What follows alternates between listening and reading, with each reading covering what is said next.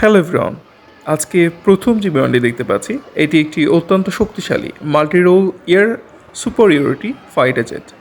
এর মূল বৈশিষ্ট্য এটি মূলত আকাশপথের সুরক্ষা নিশ্চিত করতে ব্যবহৃত হয়। এটি দুটি ইঞ্জিন থাকায় এটি অত্যন্ত দ্রুতগতিতে উঠতে সক্ষম।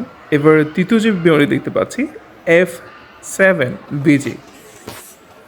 এটি চীনের তৈরি একটি ইন্টারসেপ্টর যুদ্ধবিমান যা আমাদের আকাশ সীমা রক্ষায় দীর্ঘ সময় ধরে মূল ভূমিকা পালন করছে। এর বৈশিষ্ট্য এটি খুব দ্রুত লক্ষ্যে আঘাত আনতে সক্ষম এবং তুলনামূলক কম খরচে রক্ষণাবেক্ষণ করা যায়। এটি মূলত ডগ ফাইট আকাশ যুদ্ধের জন্য বিশেষভাবে পরিচিত। এখানে তৃতীয় যে বিমানটি দেখতে পাচ্ছি L-39 আলবার্টাস।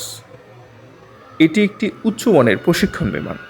বৈশিষ্ট্য নতুন বৈমানিকদের জেট ফাইটার চালানোর প্রাথমিক ও উন্নত প্রশিক্ষণ দেওয়ার জন্য এটি ব্যবহৃত হয়।